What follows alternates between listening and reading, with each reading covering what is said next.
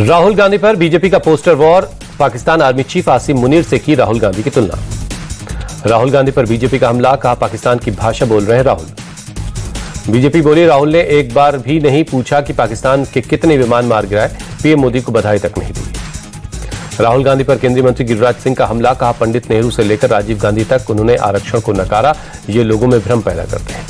पाकिस्तान को लेकर सीएम योगी बोले पाकिस्तान को घर में घुसकर सबक सिखाया, पाकिस्तान को चारों खाने चित कर दिया। सीएम योगी बोले नया भारत हमले सहता नहीं, जवाब देता है, ऑपरेशन सिंदूर के जरिए पाकिस्तान को करारा जवाब दिया। भारतीय सेना की तरफ से पाकिस्तान को दो टूक शब्दों में वार्निंग, आर्मी एयर डिफेंस के DG lieutenant general De Cunha बोले भारत की रेंज में पूरा पाकिस्तान है। DG lieutenant general De Cunha की चेतावनी, भले ही रावलपिंडी से सेना का हेडक्वार्टर हटा लो, उन्हें शिफ्टिंग के लिए कोई गहरा गड्ढा खोजना होगा। पाकिस्तान के गोल्डन टेम्पल अटैक को लेकर सेना का बयान, गोल्डन टेम्पल की एयर डिफेंस गन से हिफाजत की गई, स्वर्ण मंदिर के मुख्य ग्रंथी ने दी इजाजत। हाफिज सईद को लेकर इजराइल में भारत के राजदूत जेपी सिंह का बड़ा बयान, बोले पाकिस्तान हाफिज सईद को सौंपे, लखवी और साजिद मीर को भी भारत को सौंपा जाए। राजदूत जेपी सिंह बोले अमेरिका ने आतंकी तहव्वुर राणा को भारत को सौंपा है, अमेरिका आतंकी को सौंप सकता है तो पाकिस्तान क्यों नहीं। पाकिस्तानी आर्मी का झूठ फिर बेनकाब हुआ, लश्कर आतंकी अब्दुल रऊफ ने फिर उगला जहर, भारत के खिलाफ जिहाद का ऐलान किया।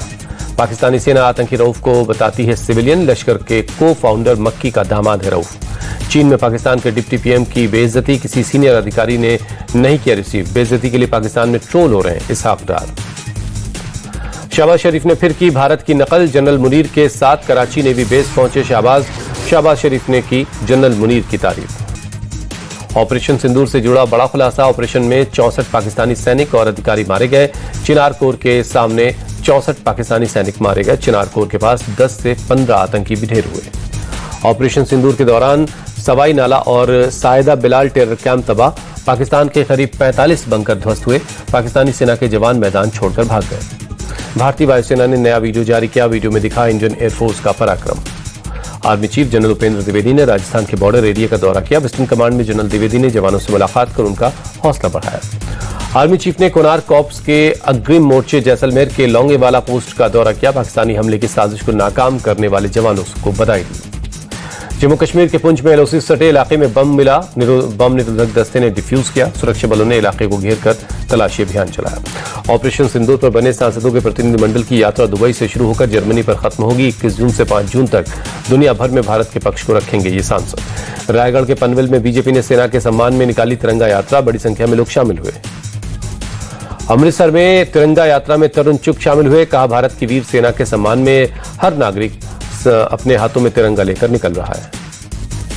जम्मू कश्मीर के उरी में सेना ने निःशुल्क चिकित्सा शिविर लगाया, पाकिस्तानी गोलीबारी से प्रभावित लोगों की सहायता के लिए यह कैंप लगाया गया है। भारत ने आज फिर चिनाब नदी का पानी छोड़ा, रियासी में सलाल बांध के कुछ गेट खोले गए। नागपुर में 3 जून तक ड्रोन उड़ाने पर पाबंदी, पुलिस कमिश्नर ने नो ड्रोन जोन घोषित किया, सुरक्षा के चलते प्रशासन का फैसला। अहमदाबाद के चंदोला इलाके में अवैध अतिक्रमण हटाने का आज दूसरा चरण है, 2.5 लाख वर्ग मीटर इलाका खाली करवाया जा रहा है, 3000 से ज्यादा पुलिस वाले तैनात हैं। चंदोला इलाके से अतिक्रमण हटाने की ड्रोन तस्वीरें सामने आई, एक साथ कई बुलडोजर दिखाई दे रहे हैं और बांग्लादेशियों का बड़ा अड्डा बना चंदोला लेक का इलाके में कुल 8000 मकानों को गिराने का अभियान चल रहा है। चंदोला तालाब इलाके में 3 दिन चलेगा डेमोलिशन, पहले फेज में पिछले महीने 4000 मकानों को डेमोलिश किया गया था। महाराष्ट्र में फडणवीस मंत्रिमंडल का विस्तार हुआ, एनसीपी अजित गुट के छगन भुजबल ने मंत्री पद की शपथ ली। महाराष्ट्र के बीजेपी अध्यक्ष चंद्रशेखर बावनकुले ने एनसीपी नेता छगन भुजबल को बधाई दी, मंत्री पद की शपथ लेने पर मुबारकबाद दी। समाजवादी अधिवक्ता सभा के अध्यक्ष कृष्ण कन्हैया पाल ने डिप्टी सीएम ब्रजेश पाठक को मानहानि का नोटिस भेजा, डीएनए प्रकरण के मामले में दिया नोटिस। दिल्ली के तालकटोरा स्टेडियम में सीएम रेखा गुप्ता ने दिल्ली गेम्स 2025 का उद्घाटन किया, कार्यक्रम में मंत्री आशीष सूद मौजूद रहे। गोंडा में पुलिस और बदमाशों के बीच मुठभेड़, 1 लाख का इनामी बदमाश ढेर, पुलिस ने एक बाइक, अवैध पिस्टल, कारतूस बरामद किया। भोपाल के न्यू मार्केट में गारमेंट स्टोर में आग लग गई, बड़े पैमाने पर हुआ नुकसान, दमकल की टीमों ने आग पर काबू पा लिया है। हादसे में किसी हताहत होने की खबर नहीं है, आग लगने की वजहों की जांच की जा रही है। हरियाणा की भिवानी पुलिस ने दादरी रोड पर चलाया अभियान, अवैध रूप से बांग्लादेशियों को तलाशा, 10 लोगों का हो रहा है सत्यापन। हरियाणा के झज्जर में पुलिस ने 174 बांग्लादेशियों को पकड़ा, 58 पुरुष और 52 महिलाओं समेत 64 बच्चे भी पकड़े गए। झज्जर में पुलिस 2 दिनों से चला रही है अवैध बांग्लादेशियों के खिलाफ अभियान, झुग्गी झोपड़ियों में वेरिफिकेशन के बाद धरपकड़ हो रही है।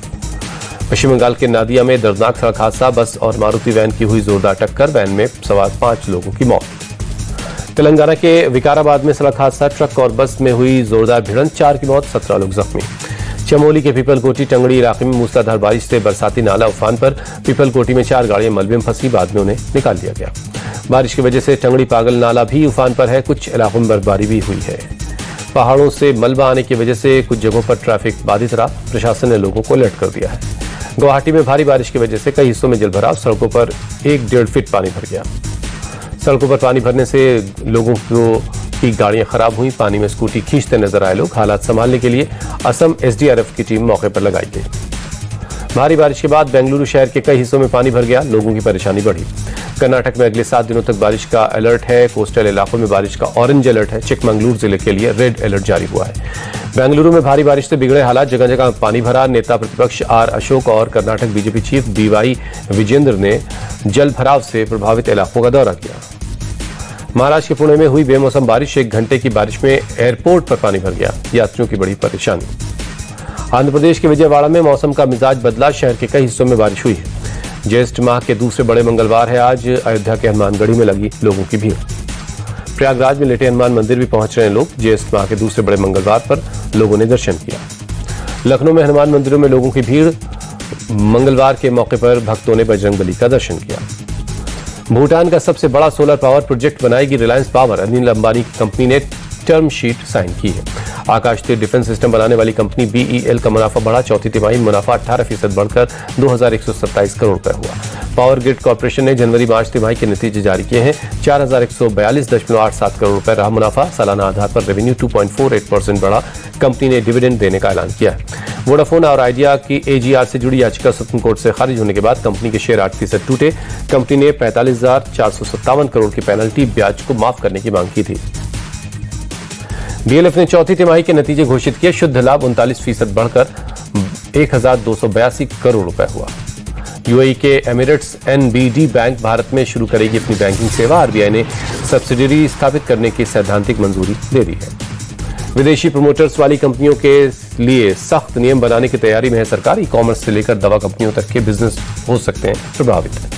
डैनिश फर्म ने टेस्ला की कारों का इस्तेमाल बंद किया, एलन मस्क की राजनीतिक विचारधारा के चलते कंपनी ने लिया फैसला। आईपीएल में चेन्नई और राजस्थान के बीच अब तक 30 बार मुकाबला हुआ, 16 बार चेन्नई को जीत मिली, 14 बार राजस्थान ने मारी बाजी। पीवी सिंधु ने अपने ओलंपिक करियर पर दिया बड़ा बयान, कहा दुनिया पदक तो देखती है लेकिन उसके पीछे बहुत सी चीजें अनदेखी रह जाती हैं। हॉकी इंडिया ने हॉकी इंडिया लीग 2026 के लिए खिलाड़ियों का रजिस्ट्रेशन शुरू किया, पिछले सीजन में 1000 खिलाड़ियों ने हिस्सा लिया था।